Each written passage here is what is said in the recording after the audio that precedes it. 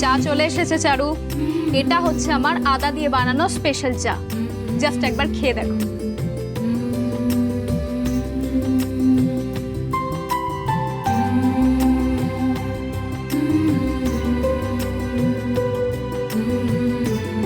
আমার স্পেশাল চা কি খুব খারাপ? মোটেই না। আমার স্পেশাল মানুষের বানানো স্পেশাল চা কি খারাপ হতে পারে? কখনো না। বাড়িয়ে বলছো না তো? একদমই না, ভীষণ ভালো খেতে হয়েছে। নাও এবার বলো তো, আজকে সারাদিন কেমন কাটলো? ভালো। শুধু ভালো? দাদাভাই আসেনি আজ? হ্যাঁ, এসেছিল, তবে কোনো অসুবিধা হয়নি। এই তো, এটাই তো চাই। সব কিছুর সঙ্গে মানিয়ে যখন চলতেই হবে, তখন আর আক্ষেপ করে কি লাভ অমৃতা? তার চেয়ে ভালো নিজেকে সেইভাবে প্রস্তুত করি, যাতে ওনার দিক থেকে আসা যে কোনো ঝড়ের সামনে ভেঙে না পড়ে শীতটারা সোজা করে দাঁড়াতে পারি। এটাই তো আমি দেখতে চেয়েছিলাম চারু। তাহলে এখন আর কোনো ভয় পাচ্ছ না তো? ভয়কে জয় করতে আমি শিখে গেছি অমৃতা।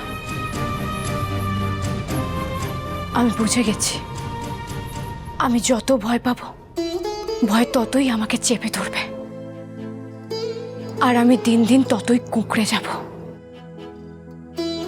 একদমই তাই। বসো চারু, এসো বসো।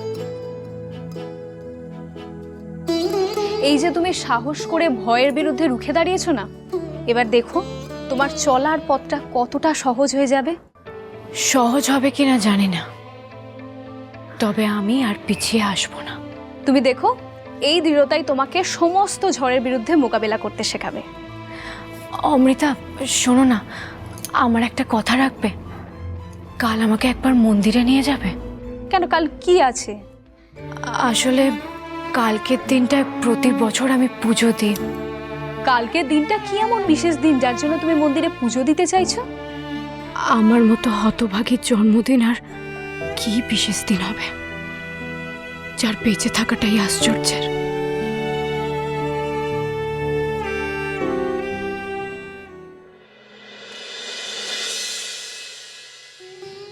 আর্য,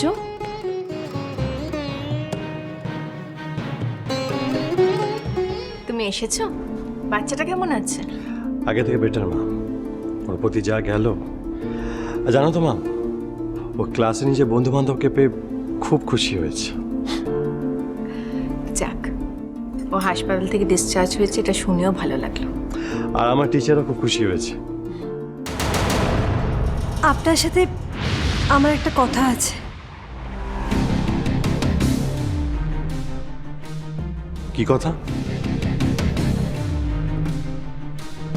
আসলে আপনার থেকে না একটা পারমিশন নেওয়ার ছিল।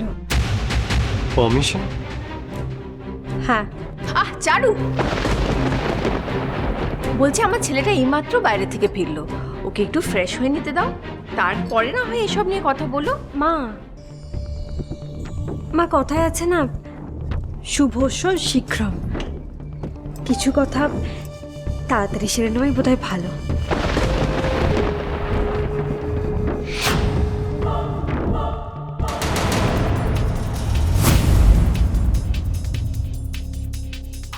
আচ্ছা বেশ, আপনি বলুন আপনি কি বলতে চান। আসলে আপনিও তো জানেন যে আমাদের কোম্পানির যিনি স্টক মেনটেন করতেন, কর্মকার বাবু, উনি দুর্ভাগ্যজনকভাবে করোনা পজিটিভ ছিলেন। উনি সুস্থ হয়ে বাড়িতে ফিরেছেন ঠিকই, কিন্তু আমাদের মনে হয় এখনও কিছুদিন ওনার হোম কোয়ারেন্টাইনে থাকাটা উচিত। এবার ওনার জায়গায় কাকে নেওয়া হবে, এবার যাকে নেওয়া হবে তিনি বিশ্বস্ত হবেন কিনা, সেটাও একটা বড় প্রশ্ন। আচ্ছা একটা কথা বলুন তো, আপনি আমাকে বিশ্বাস করেন? এই আবার কি কথা? আপনাকে বিশ্বাস করার সঙ্গে কর্মকার বাবুর অ্যাবসেন্সে কি সম্পর্ক? সম্পর্ক আছে বলেই তো কথাটা বলছি। আপনি আমাকে বিশ্বাস করেন? দেখুন, আমি আপনাকে কতটা বিশ্বাস করি সেটা আপনি নিজেও ভালো করে জানেন। আমি জানি তো আপনি আমায় কতটা বিশ্বাস করেন, আর সেই বিশ্বাসের জায়গা থেকেই আমি এই কাজটা নিজের কাঁধে তুলে নিতে চাই। দেখুন, বাড়ির বাকিরা তো সবাই রাজি। এবার আপনি যদি পারমিশন দেন তাহলে আমি অফিসে গিয়ে কাজটা শুরু করতে পারি। আমি আপনার কথাগুলো শুনে খুব অবাক হচ্ছি। কেন? আমি অবাক হওয়ার মতো তো কিছু বলিনি। অবাক হচ্ছে এই কারণে যে এতদিন জানতাম চারু ভালো মিষ্টি বানান, আর সেই গুণটা আমরা কোম্পানিতে কাজেও লাগিয়েছি, সাকসেসও হয়েছে। কিন্তু উনি যে হিসেবের দিকটাও ভালো পারেন, ভালো বোঝেন, সেটা আমার জানা ছিল না। আপনার চারু আরো অনেক কিছু করতে পারে। আপনি তাকে চোখে দেখতে পেতেন না, তাই বিশ্বাস করতেন না। এবার আস্তে আস্তে সব বুঝতে পারবেন। একদম ঠিক মিশমি। আর্য না বুঝলে আমাদের মধ্যে বোঝাবুঝিটা ঠিকঠাক হবে কি করে? হ্যাঁ, আমি বুঝিয়ে বলছি তোমাকে আর্য। এখন হাইজিনের ব্যাপারটা খুব বেশি কড়াকড়ি হয়ে গেছে, তো তাই সব প্রোডাক্টই আমাদের মেশিনে তৈরি হচ্ছে। চারু আমাদের প্রোডাক্টের গুণগত মান দেখার সাথে সাথে এখন স্টকের ব্যাপারেও আমাদের হেল্প করতে চাই, এই আর কি। মা চারু কি করতে চায় সেটা আমি বুঝেছি, কিন্তু আপনি কি কনফিডেন্ট? 100%। আমি 200% শিওর তুই পারবি মিশমি। মা উনি যখন কনফিডেন্ট, তাহলে তোমরা এই কথাটা আমাকে আগে বলোনি কেন?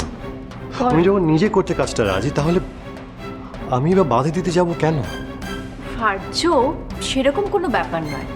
তুমি স্কুলের কাজ নিয়ে এতটাই ব্যস্ত ছিলে যে তোমাকে বলার সুযোগ পাইনি আমি। বুঝেছি মা, আমি সব বুঝেছি। দোষটা তোমাদের না, দোষটা আমার। আসলে আমি নিজে এমন পরিস্থিতির মধ্যে থেকে যাচ্ছি যেখানে অজান্তে তোমাদের সবার থেকে আমি দূরে সরে যাচ্ছি। না আর্য, দোষটা তোমার নয়, বললাম তো তুমি ব্যস্ত ছিলে স্কুল নিয়ে, তাই তোমাকে বলার সুযোগ পাইনি আমি, দ্যাটস ইট। হ্যাঁ দাদা ভাই, আর এটা তো এমন কোনো বিষয় নয় যে তোকে না বলার মতো কোনো কারণ থাকবে। কারণ অংশ, সেই কারণগুলো আমি নিজে খুঁজছি। কি জানিস তো, এমন অনেকগুলো বিষয় আছে যার গুরুত্ব তোদের কাছে একদমই নেই, কিন্তু আমার কাছে অপরিসীম। এমন অনেকগুলো কথা যেগুলো আমার আগেই শোনা উচিত ছিল, সেগুলো আমি এখন শুনছি। আমি কি এমন ভুল করছি যার জন্য আমার পরিবার আমাকে এড়িয়ে যাচ্ছে? আর্য, তুমি কোনো ভুল করোনি। তুমি কেন শুধু শুধু নিজেকে দোষ দিচ্ছ? ভুল করেছি মা, ভুল করেছি আমি। সেই জন্য প্রতিটা মুহূর্ত আমি ভুল প্রমাণিত হচ্ছি। আপনি শুধু শুধু আমাদের ভুল বুঝছেন আর্য।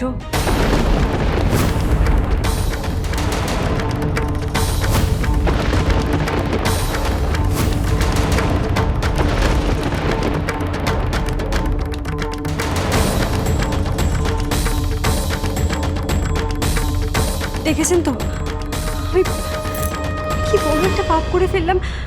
আমি আজ পর্যন্ত কখনো আপনার নাম মুখেও আনিনি। ছি, ছি, ছি, ছি, ছি।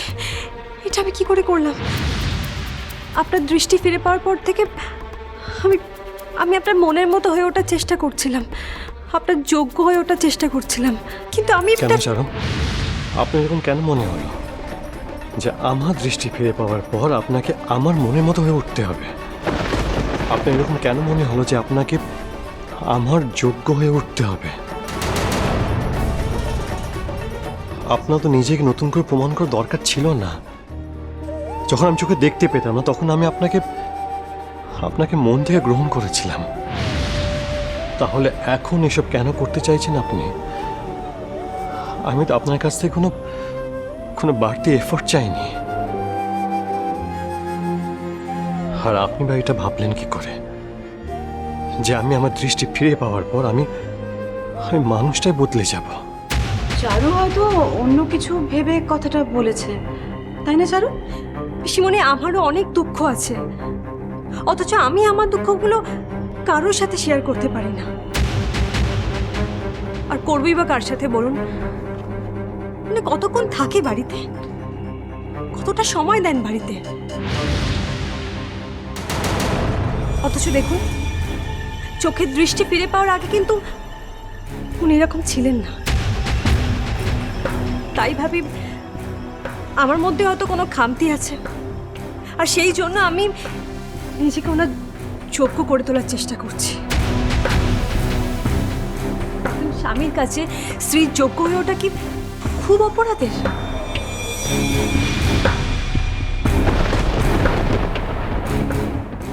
আপনি এসব কি বলছেন চারু? আমি এসব কিছু চাইনি।